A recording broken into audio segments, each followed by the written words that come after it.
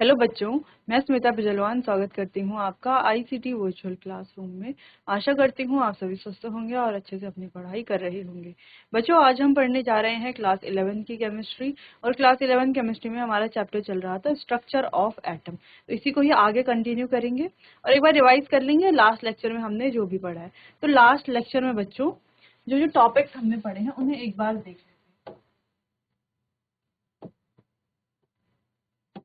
देखिए, कुछ तो हमने बेसिक टॉपिक्स पढ़े हैं, ठीक है, जहां पर हमने एटम के बारे में पढ़ा कि एटम क्या है। ठीक है, एटम के जो सब एटॉमिक पार्टिकल्स हैं, इलेक्ट्रॉन, प्रोटॉन और न्यूट्रॉन, इनकी डिस्कवरी कैसे हुई है ना, डिस्कवरी कैसे हुई और इनके क्या क्या कैरेक्टरिस्टिक फीचर हैं, ये हमने पढ़ लिया था।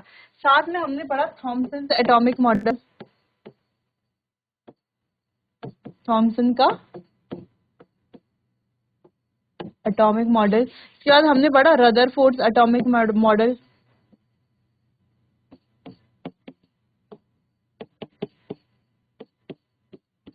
रदरफोर्ड का एटॉमिक मॉडल। ठीक है, फिर हमने पढ़ा बच्चों इलेक्ट्रोमैग्नेटिक रेडिएशन।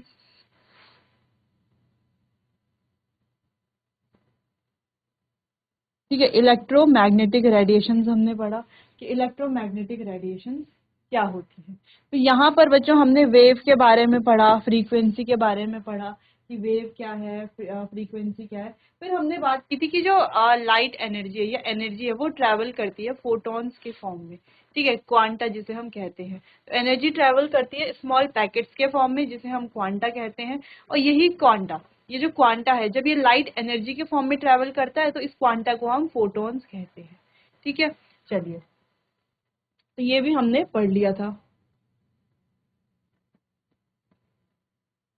फिर डिस्कस की थी हमने प्लैंक्स, यही मतलब प्लैंक्स क्वांटम थ्योरी।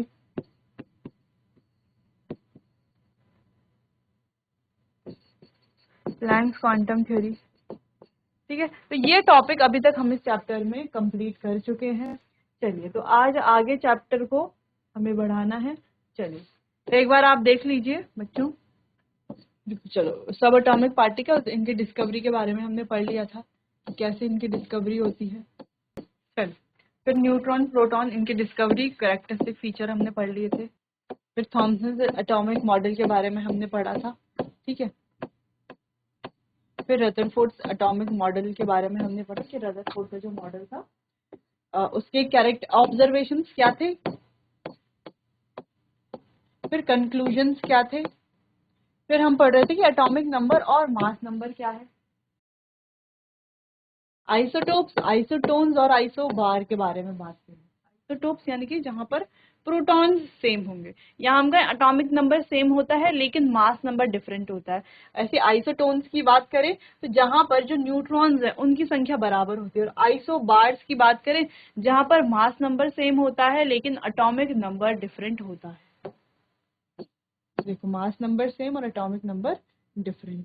अच्छा, चलो, तो यहाँ पर आपको क्या समझ में आ रहा है कि यहाँ पर तो एटॉमिक नंबर सेम है, यहाँ पर एटॉमिक नंबर डिफरेंट है और यहाँ पर भी एटॉमिक नंबर डिफरेंट है। यहाँ पर मास नंबर डिफरेंट है, यहाँ पर भी मास नंबर डिफरेंट है और यहाँ पर मास नंबर सेम। देखो, आइसोटोप्स और आइसोबार का तो समझ में आता है, लेकिन आइसोटोन्स में आपको याद रखना है कि इनमें न्यूट्रॉन्स की संख्या सेम। ठीक है, चलो, फिर कुछ क्वेश्चंस भी थे तो ये क्वेश्चन भी हमने सॉल्व कर लिया था। समरी हमने देख ली थी। अब हम पढ़ रहे थे, स्टार्ट करना है हमें बोर्स मॉडल। तो बोर्स मॉडल पढ़ने से पहले बच्चों हमने electromagnetic wave, Planck's quantum theory और फोटो इलेक्ट्रिक इफेक्ट के बारे में पढ़ना है। ठीक है, एटॉमिक स्पेक्ट्रा के बारे में हम बाद में पढ़ेंगे जब हम बोर्स मॉडल को पढ़ेंगे उसके साथ साथ। तो इलेक्ट्रोमैग्नेटिक वेव हमने स्टार्ट कर लिया था अपने लास्ट लेक्चर में, जहां पर हमने पढ़ लिया था कि वेव को ट्रैवल करने के लिए किसी मीडियम की आवश्यकता नहीं होती। ठीक है, वेव्स क्या करती हैं, ऐसे ही ट्रैवल करती है बिना मीडियम के। ठीक है, उससे पहले ड्रॉबैक देख लिए थे हमने रदरफोर्ड के मॉडल के, कि ये इलेक्ट्रॉन की स्टेबिलिटी को डिस्कस नहीं कर पाए, तो उन्होंने ये स्टेबिलिटी को डिस्कस नहीं कर पाए। ठीक है, तो रदरफोर्ड के अकॉर्डिंग इलेक्ट्रॉन जो है इस तरीके से मूव करेगा, इस तरीके से अगर मूव करेगा तो यहाँ पर एक टाइम ऐसा आएगा जब वो न्यूक्लियस पर चला जाएगा, सॉरी जब वो न्यूक्लियस पर चला जाएगा, जिससे कि क्या होगा, जो हमारा एटम है वो हाईली अनस्टेबल हो जाएगा। क्लियर है इतना? चलो, अच्छा ये था किसका, ये तो मैक्सवेल की थ्योरी थी, इलेक्ट्रोमैग्नेटिक थ्योरी, ठीक है, ठीक है, मैक्सवेल्स थ्योरी ये थी। तो बाद में इसको बोर ने सही किया था, करेक्ट किया था, कैसे किया था वो तो हम देखेंगे। दूसरी चीज, ये एटॉमिक स्पेक्ट्रा के बारे में नहीं बता पाए, एटॉमिक स्पेक्ट्रा क्या है वो हम बोर्स मॉडल में देखेंगे। चलो, तो ये तो लास्ट लेक्चर में हमने पढ़ लिया था ये सारा। तो इलेक्ट्रॉन के डिस्ट्रीब्यूशन में ये बात नहीं कर पाए कि कैसे हम इलेक्ट्रॉन को डिस्ट्रीब्यूट करेंगे, ये कौन से शेल में कितने इलेक्ट्रॉन रखने हैं, जिसके बारे में बोर ने हमें बताया। तो यहाँ पर रदरफोर्ड मॉडल में इसके बारे में कोई बात नहीं की गई थी, ठीक है। चलो, तो रदरफोर्ड के मॉडल के बाद आया बोर का मॉडल, जो हमें अब पढ़ना है, ठीक है। चलिए, सबसे पहले इलेक्ट्रोमैग्नेटिक रेडिएशंस के बारे में पढ़ना कि ये जो है कैसी होती है, वेव नेचर इनका होता है और पार्टिकल नेचर होता है, दो नेचर के ये होते हैं। जेम्स मैक्सवेल ने भी बताया वेव नेचर के बारे में। तो देखो, जैसे कि हमने ये लास्ट लेक्चर में भी डिस्कस किया था, अगर हमारे पास ये प्लेन है एक्स वाई और जेड, तो देखो यहां से तो वेव ऐसे ट्रेवल करती हैं,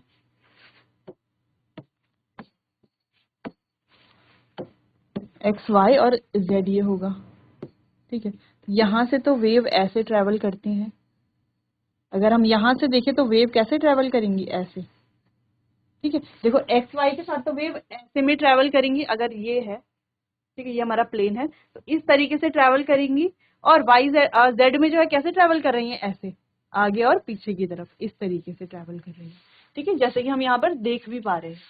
क्लियर है इतना?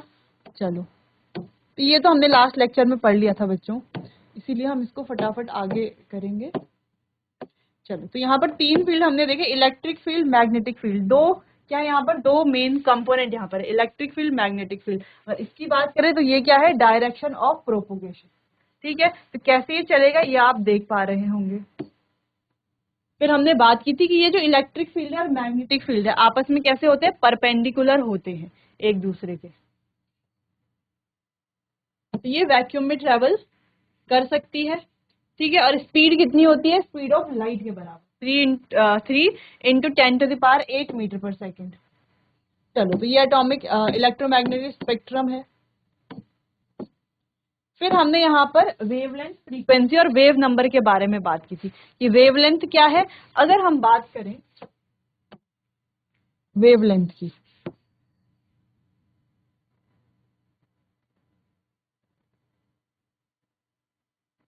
तो ये हमारे पास है क्रेस्ट और ये हमारे पास है ट्रफ। तो दो कॉन्जिक्यूटिव क्रेस्ट और दो कॉन्जिक्यूटिव ट्रफ का बीच का जो डिस्टेंस होता है उसी को हम क्या कहते हैं, वेवलेंथ कहते हैं। अगर हम फ्रीक्वेंसी की बात करते हैं तो एक सेकंड में कितने वेव्स एक पॉइंट से पास होती हैं उसे उसकी फ्रीक्वेंसी कहेंगे। क्लियर है इतना? और वेव नंबर क्या है, फ्रीक्वेंसी के रेसिप्रोकल, ठीक है, वही क्या है, वेव नंबर है। तो लास्ट लेक्चर में हमने ये भी डिस्कस कर लिया था। चलो, तो distance between two two consecutive crest और ट्रफ, इसे हम क्या कहते हैं, वेवलेंथ कहते हैं। अगर इसके यूनिट की बात करें तो यूनिट है मीटर, ठीक है। नंबर ऑफ वेव्स पर सेकंड, यानी कि एक सेकंड में कितनी वेव्स जा रही है एक पॉइंट से दूसरे पॉइंट की तरफ। और इसकी अगर हम यूनिट की बात करें तो वो है सेकंड इनवर्स, या हम हर्ट्ज कह सकते हैं। स्पीड, फ्रीक्वेंसी और वेवलेंथ के बीच की रिलेशन के बारे में बात हमने कर ली थी। स्पीड क्या है, फ्रीक्वेंसी इंटू वेवलेंथ। अगर हम फ्रीक्वेंसी देखें, यानी कि न्यू, स्पीड क्या है, स्पीड ऑफ वेव, हम v से डिनोट करेंगे इसे, velocity of wave is equals to frequency into wavelength. तो हम यहाँ पर लिख सकते हैं nu is equals to v of wave upon lambda. तो ये यहाँ से फॉर्मूला बन जाता है। अच्छा, हम यहाँ से और भी फॉर्मूला डिराइव कर सकते हैं, ठीक है, तो ये भी हम पढ़ चुके हैं। चलो, नेक्स्ट आता है wave number, number of wavelength per unit length, इसको ही क्या कहा जाता है, वेव नंबर कहा जाता है। डिनोट कैसे करते हैं वेव नंबर को, यही यही वाला साइन जो हमारा फ्रीक्वेंसी का साइन है ना, न्यू, ठीक है, इसमें इसके ऊपर क्या लगा देते हैं, बार लगा देते हैं, तो ये हो जाता है वेव नंबर। चलो, तो एसआई यूनिट है मीटर इनवर्स। एसआई यूनिट क्या होगी, जैसे हमने कहा कि इसकी यूनिट है मीटर, तो इसकी यूनिट क्या होगी, मीटर इनवर्स, यानी कि किसके, सॉरी फ्रीक्वेंसी नहीं, वेवलेंथ के इनवर्स ही होता है, ठीक है। तो ये है इसका फॉर्मूला। तो देखो लैम्डा, इसकी यूनिट होती है मीटर, तो 1/λ क्या होगा, 1/मीटर, यानी कि हम कह सकते हैं मीटर इनवर्स। तो ऐसे ये सिंपली हो रहा है। क्लियर है इतना, चलो एक बार आप इसे देखो।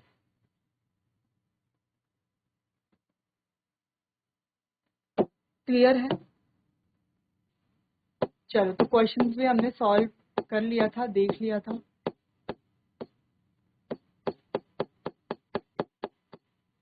चलो अब प्लैंक्स क्वांटम थ्योरी के बारे में बात करते हैं। तो प्लैंक की क्वांटम थ्योरी हमने देख ली थी, क्या है कि एनर्जी जो है वो ट्रैवल करती है पैकेट्स के फॉर्म में। जैसे कि अगर हम बात करें कि अभी हमारे जो क्लासरूम है वहां पर जो ट्यूब लाइट है, वहां से भी तो क्या हो रही है, लाइट एनर्जी आ रही है ना, हम तक पहुंच रही है, हम पर टकरा रही है। तो ये क्या लाइट एनर्जी छोटे छोटे पैकेट्स के फॉर्म में आ रही है, क्या आपको दिख रही है पैकेट्स के फॉर्म में आते हुए, आप कहेंगे बिल्कुल भी नहीं, क्योंकि पैकेट्स के फॉर्म में आती तो ऐसे आती ना, ट्यूबलाइट से लाइट आती, फिर बंद होती, फिर आती, फिर बंद होती, फिर आती, फिर बंद होती, इस तरीके से आती है ना। लेकिन ऐसा नहीं है, ये जो लाइट एनर्जी है, ठीक है, ये जो लाइट एनर्जी जहां से हम पर जो है लाइट आ रही है, वो किसकी फॉर्म में आ रही है, पैकेट्स के फॉर्म में ही आ रही है, लेकिन कंटिन्यूसली आ रही है, इसीलिए हम उन पैकेट्स को डिटरमाइन नहीं कर पा रहे हैं। जैसे कि हमने लास्ट लेक्चर में बच्चों एक एग्जांपल से भी समझा था कि अगर यहाँ पर एक बुलेट प्रूफ ग्लास रख दिया जाए, ठीक है, और हम ग्लास के दूसरे तरफ फेस करके खड़े हैं, और यहाँ पर एक शॉर्ट गन है, ठीक है, सिंपल सी एक गन है, और इससे अगर फायर की जाए तो एक टाइम पे क्या आएगी, एक ही बुलेट आएगी। तो ये तो हमें दिखेगी और हम इसे देख भी पाएंगे कि हाँ, तो ये अगर ये जो बुलेट है इसमें है क्या, ये है एनर्जी का एक पैकेट, एनर्जी का एक पैकेट है, और एक एक करके ये आ रहा है, हमें दिख रहा है, क्योंकि ये शॉर्ट गन ऐसी गन है कि इसमें एक टाइम में एक ही बुलेट हम फायर कर सकते हैं। लेकिन इसकी जगह अगर हम कोई बड़ी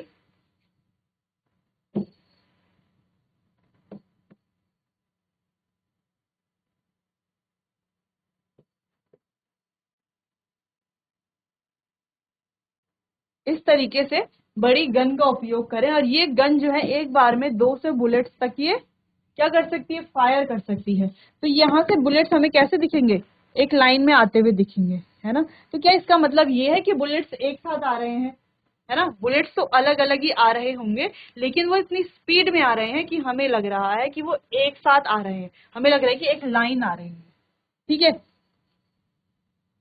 तो ये हो रहा है इसकी स्पीड की वजह से, ठीक है। चलो, तो यहाँ पर जो यहाँ से भी बुलेट्स आ रहे हैं वो भी कैसे आ रहे हैं, पैकेट के फॉर्म में आ रहे हैं। तो इसी को प्लैंक ने बताया था कि जो एनर्जी है वो पैकेट्स के फॉर्म में ट्रेवल करती है, किसके फॉर्म में ट्रेवल करती है, पैकेट के फॉर्म में ट्रेवल करती है, और इन पैकेट को क्या कहा जाता है, क्वांटा कहा जाता है, ठीक है। एनर्जी डायरेक्टली प्रोपोर्शनल है फ्रीक्वेंसी के, तो हम ऐसा लिख सकते हैं, और फ्रीक्वेंसी यहाँ पर ये जो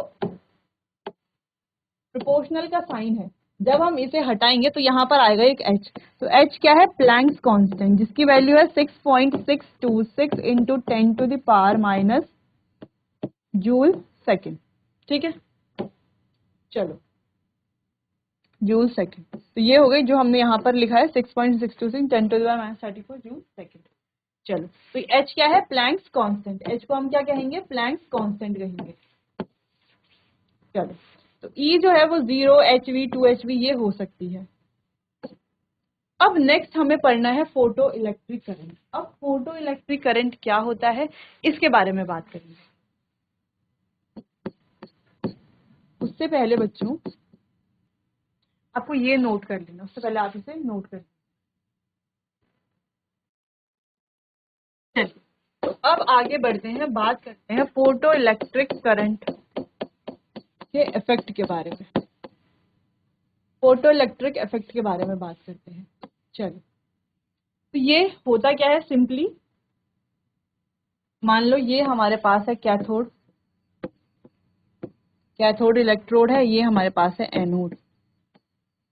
ठीक है, एनोड होता है पॉजिटिव और कैथोड होता है नेगेटिव। इसको अटैच किया गया है एक बैटरी से। अब होगा क्या, जब कोई लाइट इस पे इंसिडेंट होगी, मान लो ये लाइट इस पे क्या हुई है, इंसिडेंट हुई है। लाइट के इंसिडेंट होने से क्या होगा, यहाँ से आएगा इलेक्ट्रॉन बाहर। ठीक है, इलेक्ट्रॉन यहाँ से बाहर निकलेगा। ठीक है, अब जब इलेक्ट्रॉन यहाँ से बाहर निकलता है और ये इलेक्ट्रॉन क्या करेगा, आगे की तरफ ट्रेवल करता है, यानी कि कैथोड और एनोड के बीच में ट्रेवल करेगा, जिससे करंट भी यहाँ पर क्या होगा, इस इलेक्ट्रॉन के ट्रेवल करने से क्या होता है, करंट भी यहाँ पर फ्लो होगा। ठीक है, तो जो करंट यहाँ पर फ्लो होगा उसे कहा जाएगा फोटो इलेक्ट्रिक करंट।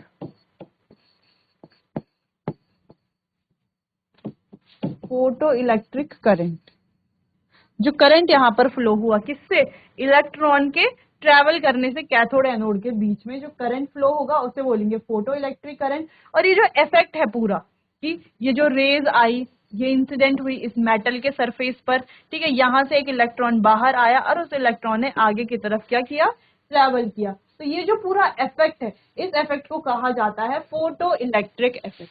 क्लियर है, इतना इतना आपको ध्यान रखना है। ठीक है, जैसे कि देखो ये मेटल प्लेट है, यहाँ पर लाइट की रेज आई और यहाँ से इलेक्ट्रॉन क्या हुए, बाहर की तरफ निकल गए।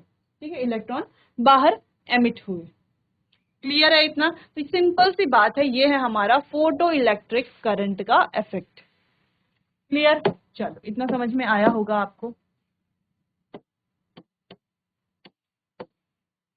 अब देखो, for instance potassium, rubidium etcetera, तो इस तरीके से ये हुआ। देखो हुआ क्या, यहाँ से लाइट की रेज आई, इस मेटल प्लेट पर गई, मेटल प्लेट से इलेक्ट्रॉन निकले बाहर। जैसे देखो यहाँ से इलेक्ट्रॉन बाहर आए, अब इलेक्ट्रॉन इधर एनोड की तरफ को क्या करेंगे, मूवमेंट करेंगे और करंट यहाँ पर क्या होगा, इस पूरे सिस्टम में करंट फ्लो होने लगेगा। अब ये जो करंट फ्लो हो रहा है, इस करंट को हम क्या कह रहे हैं, फोटो इलेक्ट्रिक करंट कह रहे हैं। और ये जो पूरा फिनोमिना है, ये जो पूरा इफेक्ट यहाँ पर हो रहा है, उसी को हम कह रहे हैं फोटो इलेक्ट्रिक इफेक्ट। तो आप ध्यान से इसे देखिए, यही हमारी पूरी प्रोसेस है, आप इसको नोट डाउन भी कर सकते हैं।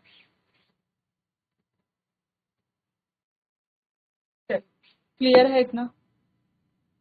अब यहाँ पर रिजल्ट हमने क्या देखा, कि जो नंबर ऑफ इलेक्ट्रॉन बाहर इजेक्ट हुए वो किसके डायरेक्टली प्रोपोर्शनल है, इंटेंसिटी ऑफ लाइट के प्रोपोर्शनल। ठीक है, अगला, no time lag between light striking and electron ejection, यहाँ इनके बीच में कोई टाइम लैग नहीं होगा। अगला है इलेक्ट्रॉन इजेक्शन मेटल्स में होगा और मिनिमम फ्रीक्वेंसी के साथ होगा। अब ये जो मिनिमम फ्रीक्वेंसी है, कौन सी फ्रीक्वेंसी, जो इलेक्ट्रॉन को बाहर निकालने के लिए चाहिए, उस फ्रीक्वेंसी को कहा जाता है थ्रेशोल्ड फ्रीक्वेंसी, जो कि अगेन एक इंपॉर्टेंट टॉपिक है। तो थ्रेशोल्ड फ्रीक्वेंसी किसे कहा जाएगा, मेटल से इलेक्ट्रॉन को बाहर इजेक्ट करने के लिए जो मिनिमम फ्रीक्वेंसी चाहिए उसे हम कहेंगे थ्रेशोल्ड फ्रीक्वेंसी। ठीक है, चलो, observation could not be explain by wave nature of light, तो ये लाइट के वेव नेचर से एक्सप्लेन नहीं की जाएगी। तो यहाँ पर कुछ ऑब्जर्वेशन है फोटो इलेक्ट्रिक इफेक्ट के बारे में। तो बच्चों अभी तक हमने रदरफोर्ड मॉडल तो पढ़ लिया था। ठीक है, उसके हमने जो भी ड्रॉबैक्स हैं वो भी देख लिए। इसके अलावा हमने इलेक्ट्रोमैग्नेटिक रेडिएशन कंप्लीट कर लिया है। ठीक है, फोटो इलेक्ट्रिक इफेक्ट कर लिया है कंप्लीट। ठीक, प्लैंक्स क्वांटम थ्योरी कंप्लीट कर ली है। और जो भी इलेक्ट्रोमैग्नेटिक रेडिएशंस में जो भी हमारे फीचर्स थे, कैरेक्टरिस्टिक फीचर्स थे, जैसे कि वेव नेचर क्या है, फ्रीक्वेंसी क्या है, वेव नंबर क्या है, इसके बारे में भी हमने डिस्कशन कर लिया है। तो फोटो इलेक्ट्रिक इफेक्ट, आप इसका जो रिजल्ट है वो ऑब्जर्व कर सकते हैं यहाँ पे। चलिए बच्चों, तो आज के लिए बस इतना ही, बाकी चैप्टर को कंप्लीट करेंगे हम अपने आने वाले अगले सेशन में। तब तक के लिए आपका बहुत बहुत धन्यवाद।